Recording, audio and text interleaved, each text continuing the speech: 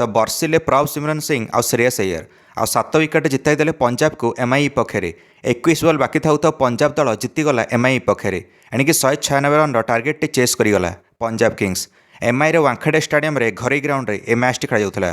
Opener Prabh Simran Singh 80 run not out innings खेलिले 39 over ता सहित कैप्टन श्रेयस अय्यर दमदार 66 रन मैच विनिंग इनिंग्स खेलिले मात्र 36 ओवर। ए मैच रे कैप्टन श्रेयस केवल बैटिंग रे नुहे बरं दमदार फील्डिंग और कैचिंग करते। 1 नंबर कैप्टेनसी करी मैच जिताइले पंजाब को कैप्टन श्रेयस। प्रथम तो कैप्टन श्रेयस अय्यर टॉस जीतीगले पंजाब आ बॉलिंग निष्पत्ति नेले। आज रोहित शर्मा खेलु नथिले, से इंजोर्ड अछंते, तो रोहित जगह क्विंटन डिकॉक आसते ओपनिंग करने रियान निकल्टन सहित। तो दीर्घ 6 वर्ष पर एमआई बैटिंग करते क्विंटन डिकॉक। आरंभ पंजाब बॉलर अर्शदीप सिंह आसिक बैक टू बैक 2टा विकेट नहीं गले पंजाब। विकेट थिला रियान निकल्टन और Surya Kumar Yadav. Ryan Rickelton 2 run कर आउट हेले और सूर्य कुमार यादव तो खाता भी खोली पारे। अर्शदीप सिंह 2टा विकेट नहीं निजर 100टा आईपीएल विकेट संपूर्ण करें। तापर आउ गोटे विकेट जाता किंतु यूजी चहल छाड़ीदे गोटे कैच नमन धीरकर यानसेन ओवर। एमआई 26 रन 2टा विकेट हर 5 ओवर। तापर तो नमन धीर धोईदेले विजय कुमार बैशाख को 2टा चौका गोटे छक्का मारदेले नमन धीर एणिकी पावर प्लेर अंतिम ओवर।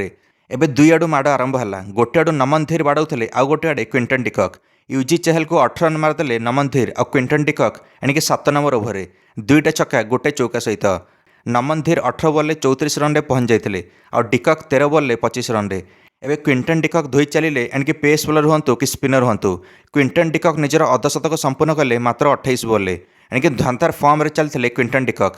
मात्र 48 बॉल 85 रन पार्टनरशिप होगला नमन धीर और डिकॉक भितर। डिकॉक एतिक थमी नथिले। जाबिर बैटलेट को गोटे चौका और गोटे छक्का मारिकी एमआई स्कोर को 110 रन नहीं पहुंचाई देले 11 ओवर क्विंटन डिकॉक। अन्य आड़े नमन धीर भी निजर अर्धशतक संपूर्ण कले मात्र 29 बॉल 121 रन पार्टनरशिप होगला नमन धीर और डिकॉक भितर। यापर नमन धीर कैच आउट होगले 50 रन करके Shashank Singh over. MI dugout पूरा छिड़ा ही ताली मारिला नमन धीर पर। जिते विकेट छड़ी लगिला से नमन धीर इनिंग्स को संभाड़े डिकॉक सहित। एणिकी 14 ओवर एमआई दल 135 रन था 3 विकेट हराई। विकेट गलापर भी डिकॉक माड जारी रहा।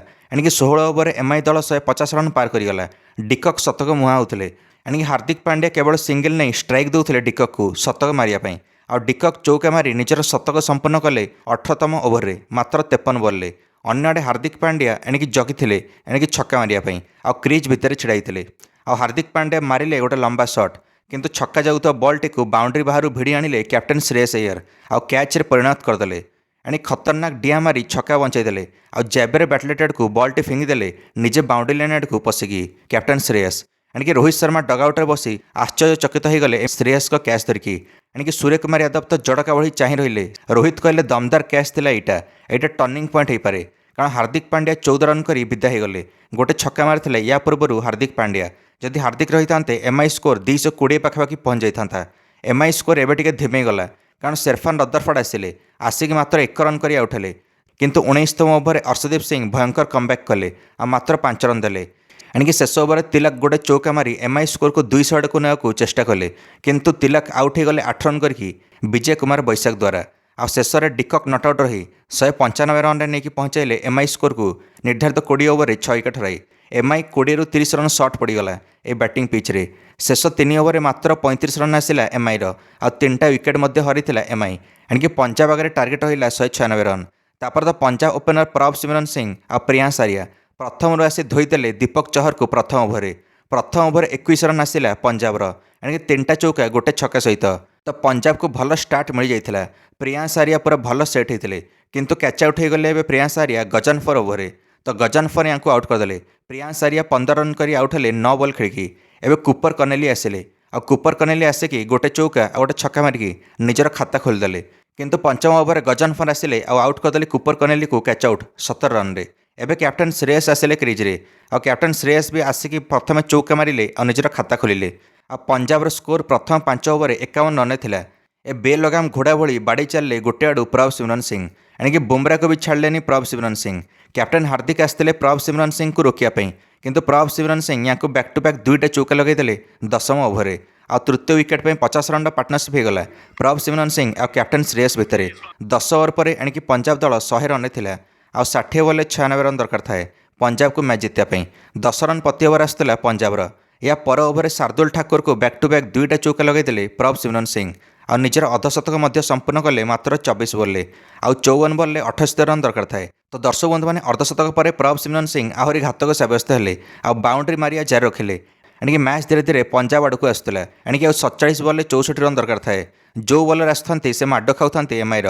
କ୍ୟାପ୍ଟେନ୍ ଶ୍ରେୟସ ତ ବୁମ୍ରାକୁ ବି ଛାଡ଼ିଲେନି ଆଉ ବୁମ୍ରାକୁ ଲମ୍ବା ଛକା ମାରିଲେ ଶ୍ରେୟସ। ମାତ୍ର 14 ଓଭରରେ 156 ରନ୍ରେ ପହଞ୍ଚିଗଲା ପଞ୍ଜାବ କିଙ୍ଗସ୍। ଏମ୍ଆଇ କ୍ୟାପ୍ଟେନ୍ ହାର୍ଦ୍ଦିକ ପାଣ୍ଡେ ହତାଶ ଆଉ ନିରାଶ ଥିଲେ। ଆଉ 40 ବଲ୍ରେ 40 ରନ୍ ଦରକାର ଥାଏ। ଶ୍ରେୟସ ନିଜର ଅର୍ଦ୍ଧଶତକ ସମ୍ପୂର୍ଣ୍ଣ କଲେ ମାତ୍ର 31 ବଲ୍ରେ। ତାପରେ ତ captain Shreyas Iyer back to back 2ଟା ଛକା ଲଗାଇଦେଲେ ଶାର୍ଦୁଲ ଠାକୁରକୁ। ଆଉ ବୁମ୍ରା ତାଙ୍କ ଶେଷ ଓଭର ବୋଲିଂ କରିବା ପାଇଁ ଆସିଥିଲେ ଆଉ 2ଟା ଚୌକା ଖାଇଗଲେ। ଏଣିକି ପ୍ରଭସିମରନ୍ ସିଂ ଠାରୁ 15ତମ ଓଭରରେ। ଦର୍ଶକ ବନ୍ଧୁମାନେ ବୁମ୍ରା ଚଳିତ ଆଇପିଏଲ୍ରେ ଗୋଟିଏ ୱିକେଟ୍ ନେବାରେ ସଫଳ ହୋଇନାହାନ୍ତି। ଆଗାମୀ ଓଭରରେ ଶାର୍ଦୁଲ ଠାକୁର କ୍ୟାଚ୍ ଆଉଟ୍ କରିଦେଲେ କ୍ୟାପ୍ଟେନ୍ ଶ୍ରେୟସକୁ। ଶ୍ରେୟସ ଅୟ୍ୟର ଧନ୍ତାର 36 ବଲ୍ରେ 66 ରନ୍ କରି ଆଉଟ୍ ହେଲେ। ଆଉଟ୍ ହେବା ପୂର୍ବରୁ 2ଟା ଛକା ମଧ୍ୟ ଲଗାଇଥିଲେ କ୍ୟାପ୍ଟେନ୍ ଶ୍ରେୟସ। ଏବେ 12 ରନ୍ ଦରକାର ଥିଲା 28 ବଲ୍ରେ। ମାର୍କସ୍ ଷ୍ଟୋଇନିସ୍ କ୍ରିଜ୍କୁ ଆସିଥିଲେ ଆଉ ଗୋଟେ ଇନସାଇଡ୍ ଏଜ୍ ବାଜି ଚୌକା ହୋଇଗଲା। ଦର୍ଶକ ବନ୍ଧୁମାନେ ଆଉ 3 ରନ୍ ବାକି ଥାଏ।